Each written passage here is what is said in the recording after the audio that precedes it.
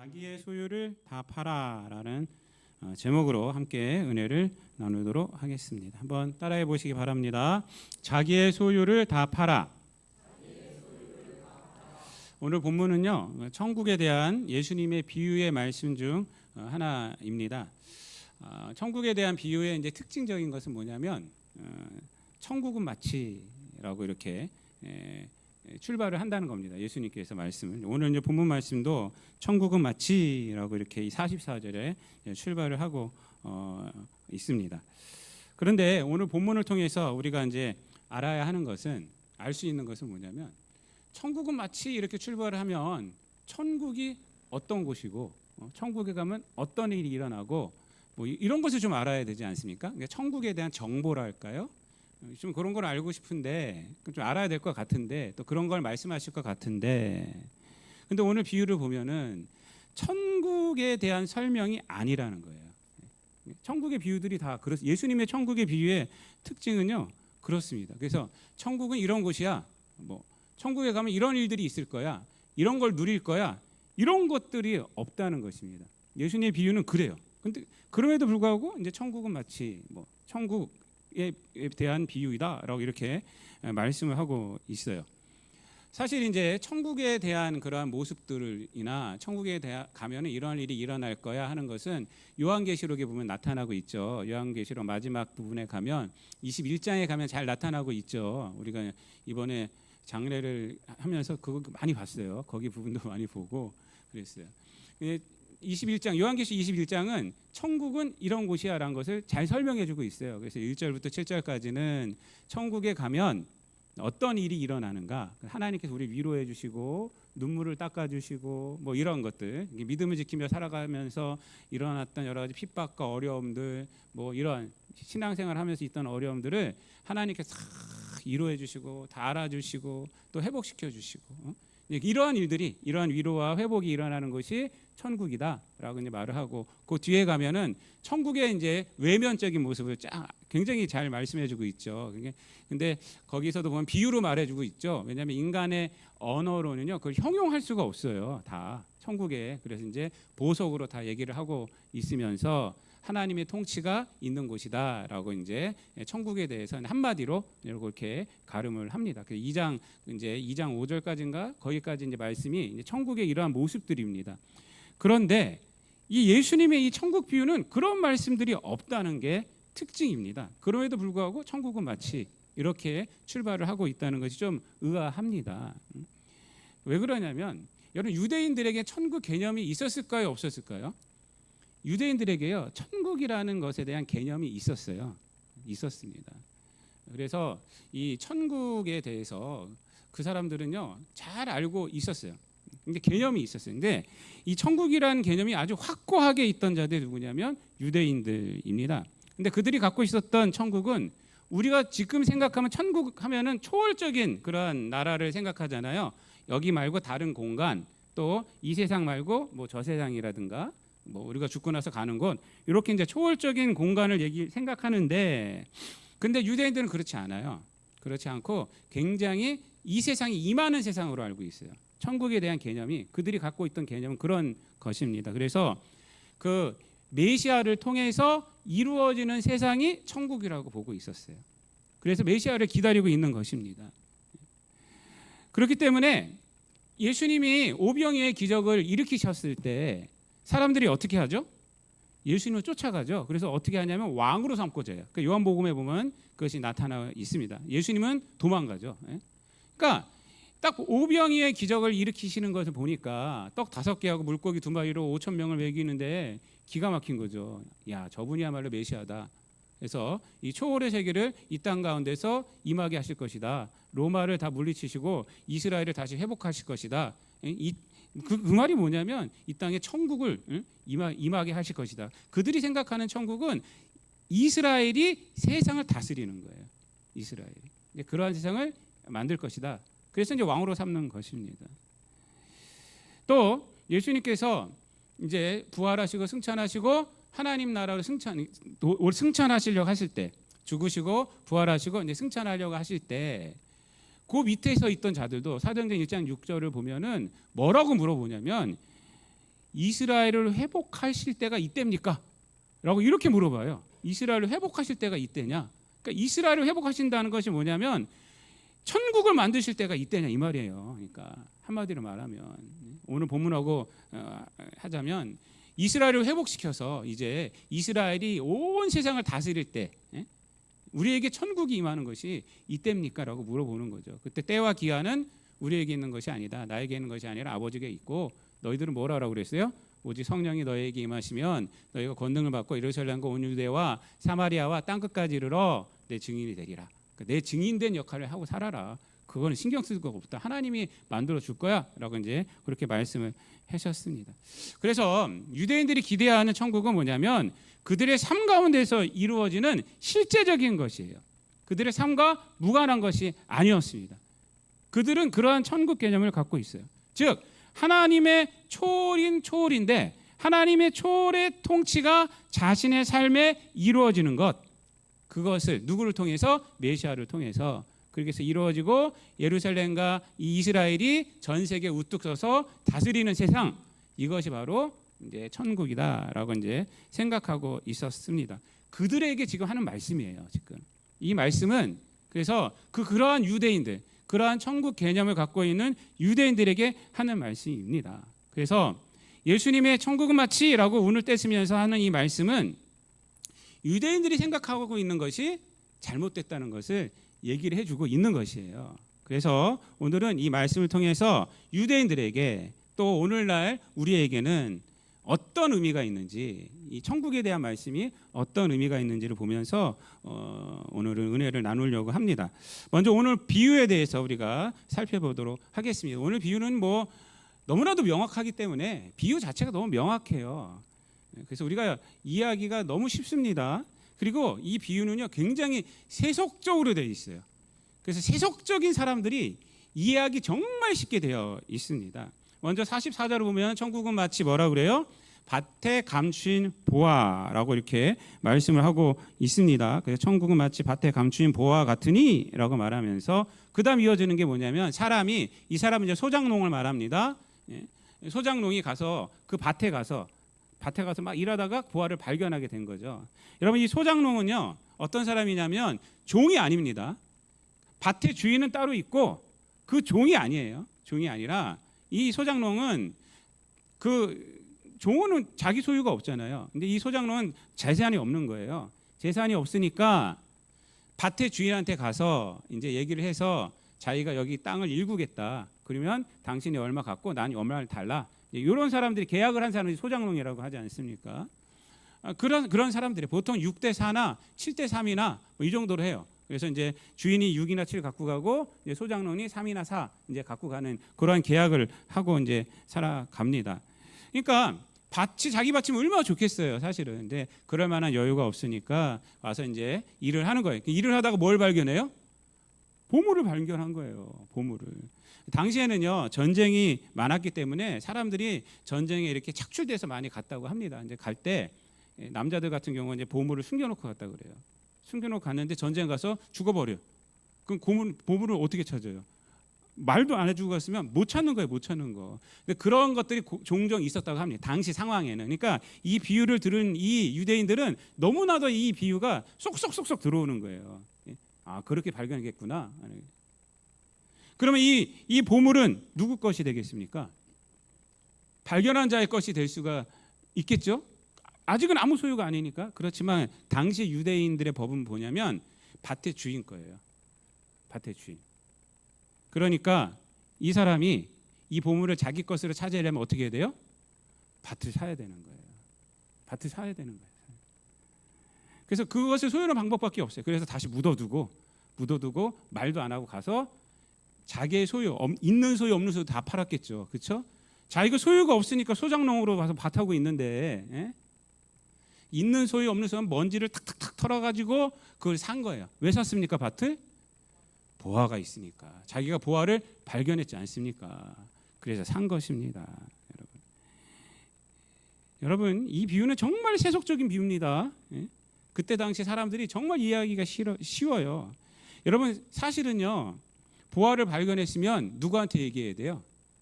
밭 주인한테 얘기해야죠. 사실은요. 그러나 예수님이 그런 거 다 생략하는 겁니다. 그러니까 예수님이 정말 재밌게 얘기하는 거예요. 재밌게. 사람들의 마음속에는 무슨 마음이 있겠어요? 그 주인한테 미쳤어 내가 얘기하게? 그 내까지 주인도 모르잖아요. 그러니까 그런 이 비유가 너무나 쏙 들어오는 거예요. 쏙 들어오는 거예요. 주인한테 얘기하지 않고 그렇지 나 같아도 얘기하지 않고 덮어두고 그 밭을 사지 이렇게 이제 생각을 합니다. 이 비유는요 도덕적이고 윤리적인 그런 면으로 가면 안 됩니다. 지금 예수님께서는 메시지를 전하려고 하는 거예요. 이 비유를 가지고 그래 도덕적이고 윤리적이 않아도 되는구나. 우리가 사람한테 얘기 안 해도 되는구나. 이렇게 적용하시면 안 됩니다. 부활을 갖기 위해서 자기의 모든 것을 팔았다는 거예요. 그 부활을 발견하고 나서는 소장농이었는데 있는 것 없는 것 탁탁 털어가지고 그것을 샀다. 이 비유를 얘기를 해주시는 겁니다. 두 번째로 이 좋은 진주를 구하러 다니는 장사도 마찬가지입니다. 그래서 이제 45절에 보면은 천국은 마치 또 뭐라 그래요? 좋은 진주를 구하는 장사와 같으니, 그러니까 장사하시는 분을 말을 하고 있습니다. 이것도 세속적인 거죠. 왜냐 장사하시는 분이니까. 좀 앞에서와 상황이 좀 많이 다릅니다. 근데 이 비유는요. 밭에 감추인 보화 비유는 보화를 우연히 발견했잖아요. 근데 이 장사는요 뭐냐면 진주를 발견하러 다니는 거예요. 진주를 목적으로 이제 찾으러 다니는 자 그런 면에서 좀 틀립니다. 그래서 진주에 대한 지식도 있고 이 사람은 돈도 있는 사람입니다. 돈도 있는 사람이에요. 그래서 진주를 사서 되팔아 이제 거기서 이익을 얻는 상인이 바로 이 사람입니다. 그런데 이 사람이 어느 날 정말 좋은 진주 하나를 발견하게 된 것입니다. 그래서 그 진주를 사기 위해서 어떻게 해요? 자기의 소유를 다 팔았다라고 얘기를 하고 있어요. 그게 46절 말씀입니다. 그런데 이 자기의 소유를 다 팔았다는 것이 이것이 특별한 겁니다. 이것이 특별한 거예요. 왜 그러냐면 장사하는 사람들은 다 팔아서 뭘 사지 않아요. 어느 정도만 사고 또 그 이익을 남기는 거죠. 근데 여기서 이 진주 하나라고 그랬어요. 딱 진주 하나라고 그러잖아요. 그래서 이제 진주 하나를 발견하며 극히 값진 진주 하나를 발견하며 이 값진 진주 하나 때문에 자기가 갖고 있는 모든 것을 다 팔았다는 거예요. 이게 좀 이해가 상식에 좀 어긋나는 것입니다. 요 하나를 가지려고 여러분 다 판 것에는 뭐도 있을까요, 여러분? 상상력을 동원하면 진주도 있는 거예요.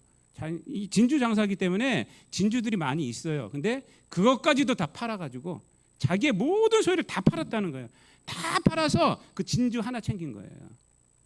여러분, 이 비유가 정말 특별한데 이것은 뭐냐면 그래서 이 진주 하나는 이 사람이 장사하려고 산 것이 아님을 여기서 우리가 알 수가 있어요. 이 진주 하나는 어떤 것이냐? 자기의 모든 걸 다 팔았잖아요. 그래서 보물로서 취급하는 거예요. 장사하려고 파는 것이 아니라 자기가 소유하려고 판 것임을 여기서 우리가 생각할 수가 있습니다. 이것이 바로 오늘 비유입니다. 여러분 여기서 천국에 대해서 뭘 알 수가 있어요? 천국은 이런 곳이다. 이런 걸 알 수가 있습니까? 그런 걸 알 수가 없어요. 천국에 가면 이런 일이 일어날 거야. 천국의 외형적인 면이 이럴 거야. 이런 거 하나도 없습니다. 여러분 이 말씀 그래서 천국을 이해시키기 하신 말씀이 아니라 지금 천국에 대해서 잘못 생각하고 있는 유대인들. 천국에 대한 지식은 있어요. 그리고 천국을 갈망하는 소망도 있어요. 그것이 잘못된 것은 아닙니다. 그런데 이 유대인들에게 뭐가 없느냐? 천국을 소유하지 못했어요. 천국의 삶은 없다는 거예요, 지금. 천국에 대한 갈망도 있고 천국에 대한 지식도 그것이 잘못됐든 뭐 잘됐든 그것도 갖고 있어요, 유대인들은. 그런데 뭐가 없느냐?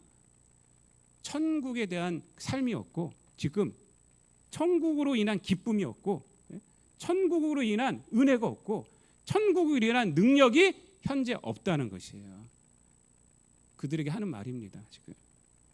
여러분 천국에 대한 지식은 있지만 천국을 소유한 자의 삶이 지금 유대인들에게 없기 때문에 이 비유를 통해서 천국의 삶이 있어야 한다는 거예요. 중요한 것은. 그래서 예수님께서 말씀하고 있는 천국 비유는요. 소장농이 보화를 발견했을 때 어떻게 합니까?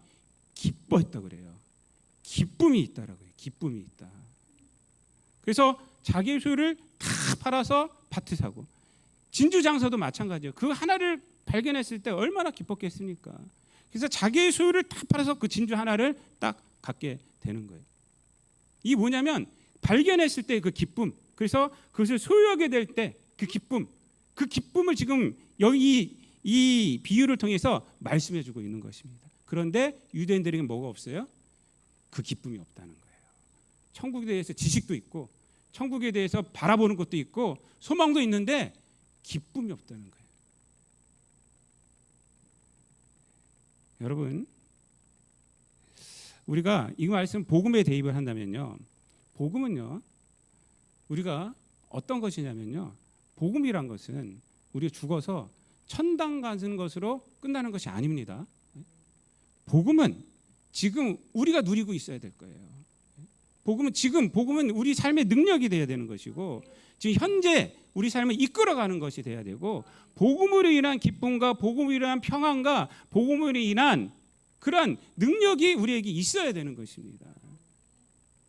유대인들에게 천국에 대한 개념이 있었는데 그런 것이 없었다는 거예요. 근데 오늘날 많은 신앙인들도 그렇게 생각하고 있어요.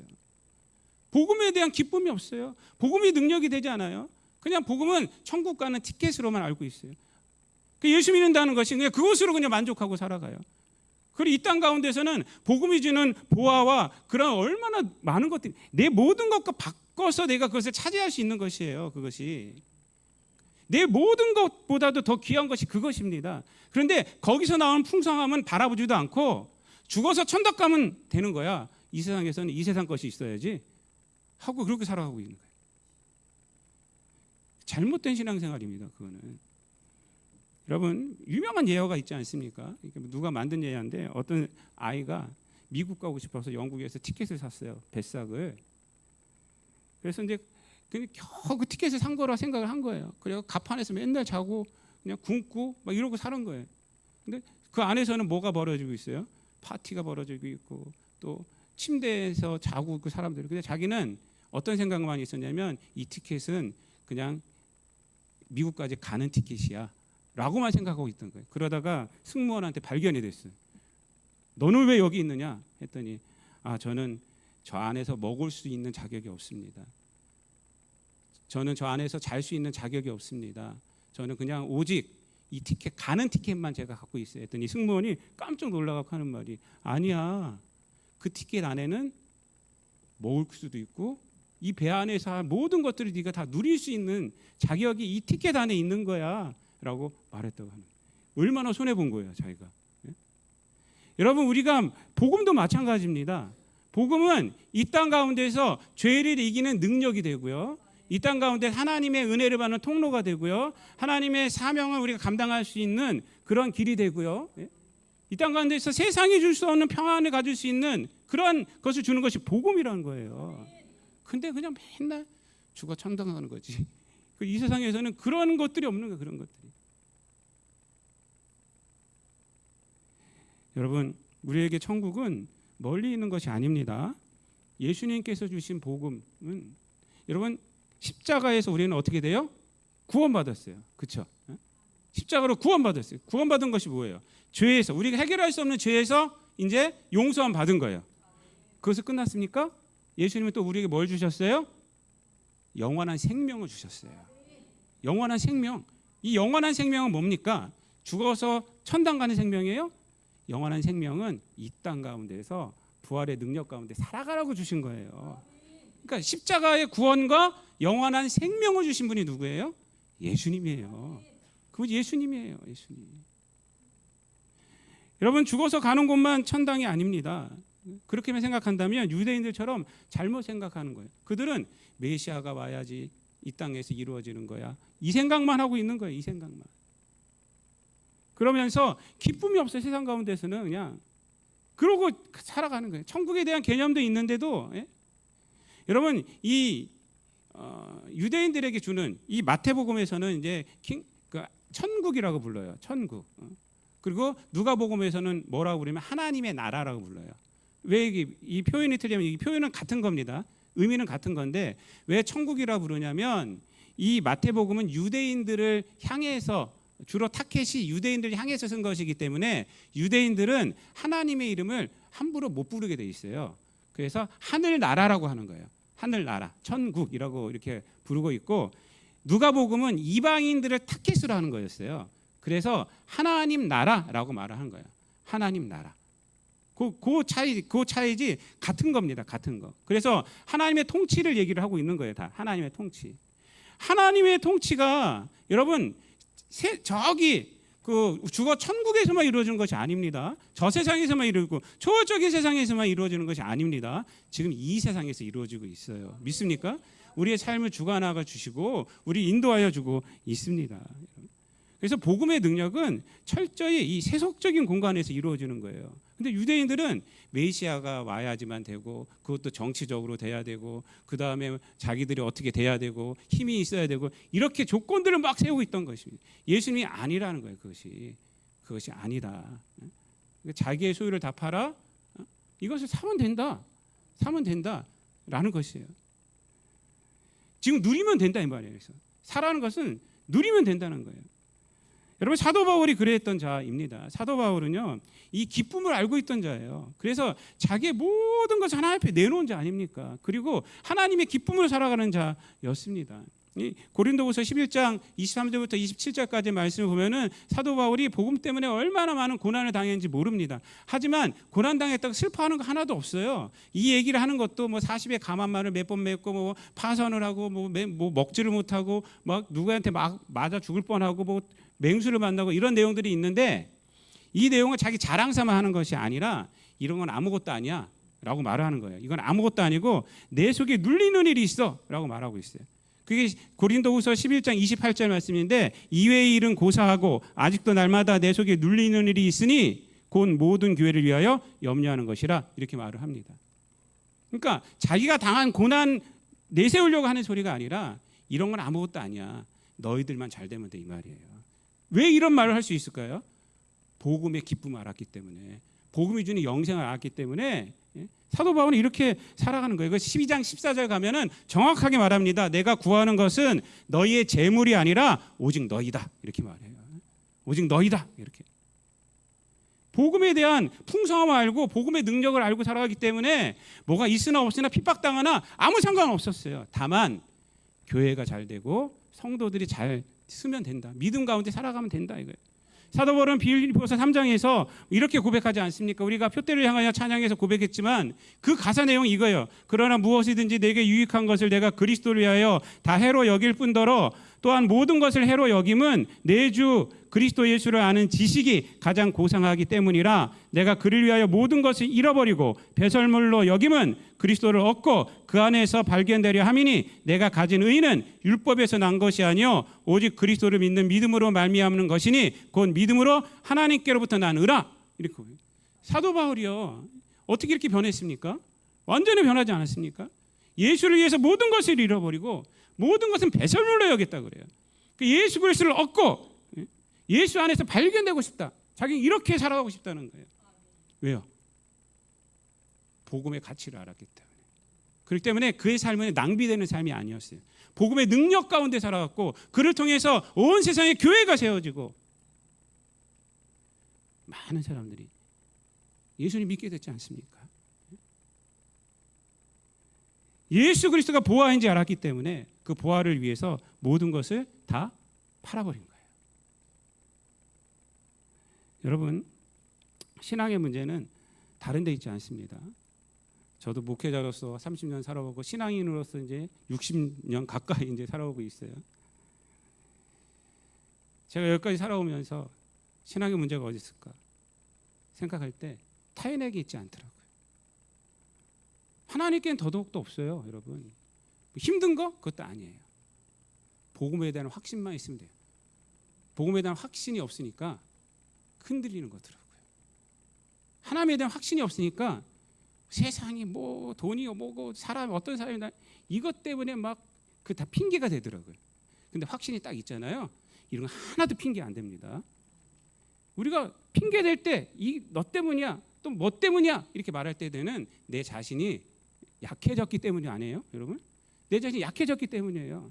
믿음도 마찬가지입니다. 믿음도 하나님에 대한 천국에 대한 또 복음에 대한 확실한 것이 없으면요, 진짜 아무것도 아닌 것도 다 핑계가 돼요. 근데 확신이 있으면요, 아무리 큰 것이 와도 핑계가 되지 않아요. 그럴 수 있지. 그럴 수 있지. 왜? 내가 복음 안에 있기 때문에. 여러분, 복음이 가장 큰 보화임을 아는 자는요, 그래서 복음이 주는 기쁨이 있어요. 복음이 주는 기쁨이 있어야 돼요. 성령이 주는 기쁨이 있어야 돼요. 우리들이 알고 있는 것은 맨날 돈이 주는 기쁨, 뭐가 주는 기쁨, 이런 것만 차지하고, 기도의 제목이 다 그러지 않습니까? 하나님이 주시는 기쁨을 하나님이 기쁨의 근원이신데, 하나님, 저 돈이 주는 기쁨이 중요합니다. 저 돈 좀 주세요. 이렇게 살아가지 않습니까?